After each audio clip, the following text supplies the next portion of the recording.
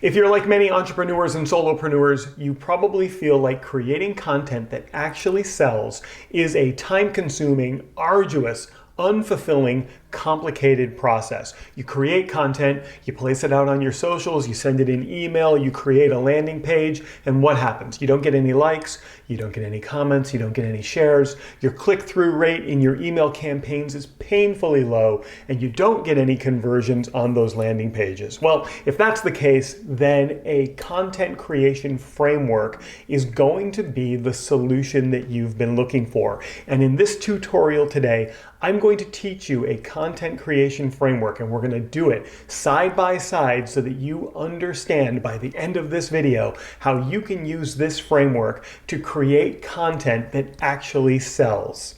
And if you're new to my channel, or you'd like to receive an alert every time I post a video about growing your business, now would be a genius time to click that subscribe button and turn on the bell for notifications. And I'm always so incredibly grateful to get beautiful messages like these letting me know that the content that I'm creating is valuable to you. All right, this is going to be a working session today, so let's grab a cup of coffee, a pen, paper, or a digital note taker, and let's get ready to get to work. Over the last 21 years, I've helped thousands of entrepreneurs, solopreneurs, and mompreneurs wildly grow their businesses using techniques like the ones that I'm going to teach you today, like Eileen, who helps people rapidly get hired in their dream careers, or Randy, who helps people protect their intellectual property in their businesses. And in this training today, I'm going to show you the exact steps that they've used to create content that moves strangers to becoming prospects and prospects to becoming clients in their businesses. All right, so let's get started. Today, I'm going to be teaching you a framework for content creation.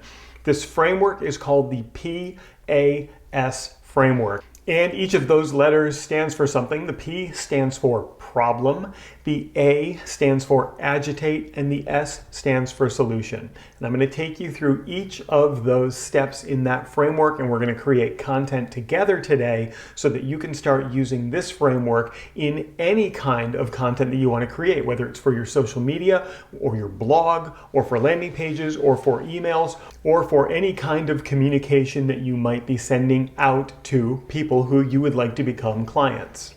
I do have a quick question for you, and I'm wondering, have you ever heard of the PAS content framework before, or any other content framework, and are you using that in the content that you're creating? Let me know below in the comments. I reply to every single comment, and I'd like to hear what framework you're using in the content that you create. All right, let's get to work. We're going to start with the P, which is the problem. Whenever we're writing to our prospects, we want to let them know that they're experiencing a problem that we can solve. And that's where the P comes in. So we want to highlight the problem.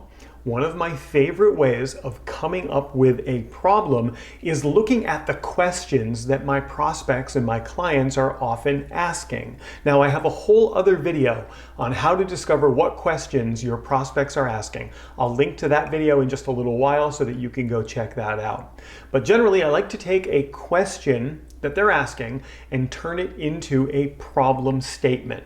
So when someone's reading your content, no matter where they're coming across, when they get that very first sentence or a few sentences, and it's calling out the problem that they have, you're going to get their interest and you're going to keep them reading.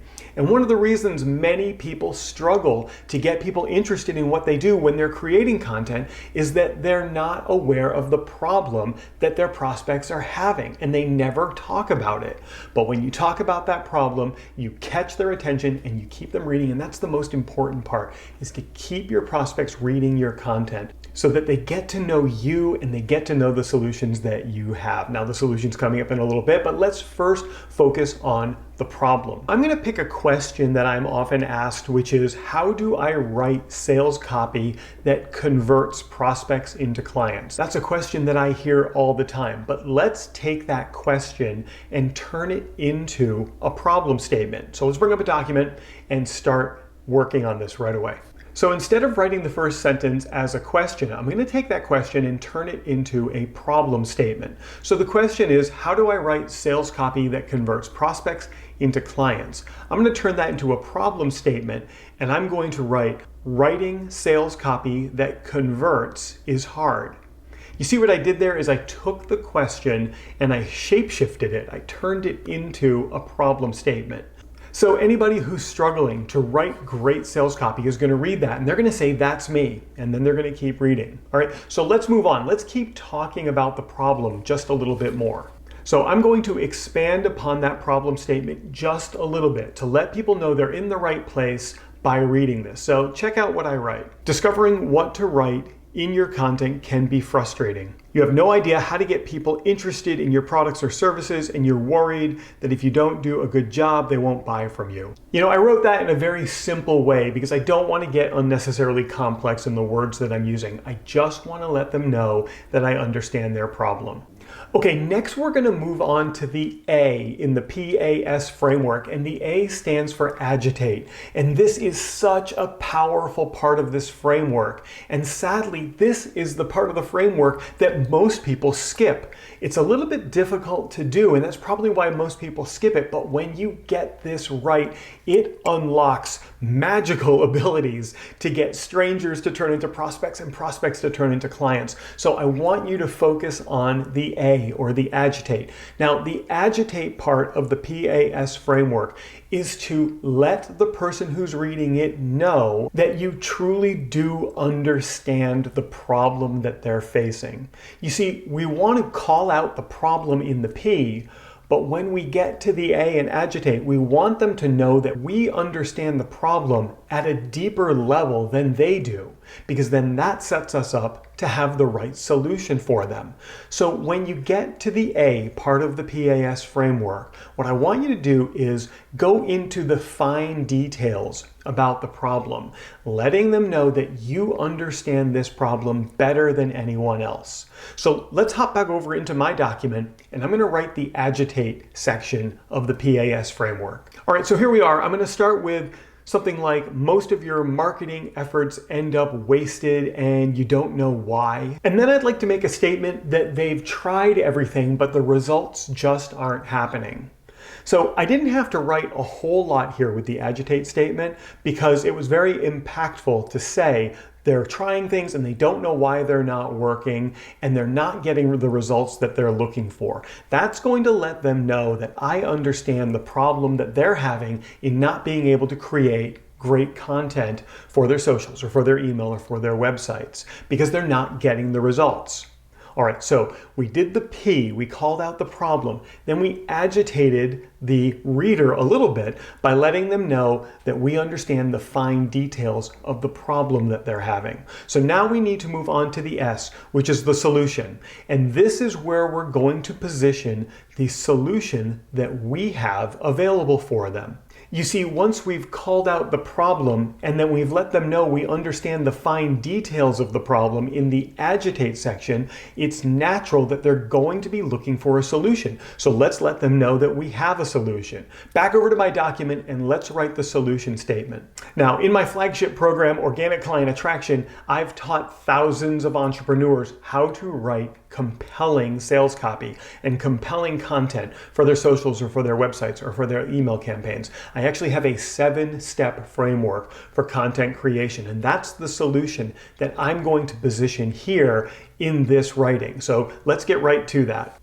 All right, so as I introduce the solution, I'm going to say, if you're looking for a framework that will help you with this, then I have exactly that for you. I have a scientifically proven step-by-step framework that you can use to write copy that will drive sales. I want to let them know that this solution is going to give them exactly what they're looking for and give them the results that they've always wanted. And it's going to do so using a methodology that they're just able to follow the steps and get the results. And then finally, I'm going to let them know that by using this framework, they're going to differentiate themselves from the competition, and that's going to give them a huge competitive advantage. Now, one of the fastest ways to get people to take action with your solution is to offer them something of pure value, something for free that they can take away and start to use that will ultimately drive them to working with you. This is something that we call a lead magnet. Now, a lead magnet is a little bit beyond the scope of this tutorial today,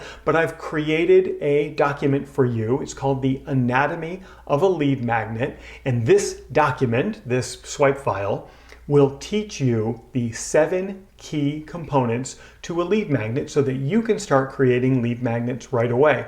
I'm going to leave a link for the anatomy of a lead magnet in the description for this video. I'd be honored if you download it and use it to create the solution that you're offering in the PAS framework. Now, of course, when I go to publish this somewhere, whether it's in a blog or in an email or on my socials, I'm going to remove the words problem, agitate, and solution. All right, let's review and take this from the very top. The very first thing that I did was I understood a question that my prospects and my clients were asking, and that was a question about how to create content that drives sales.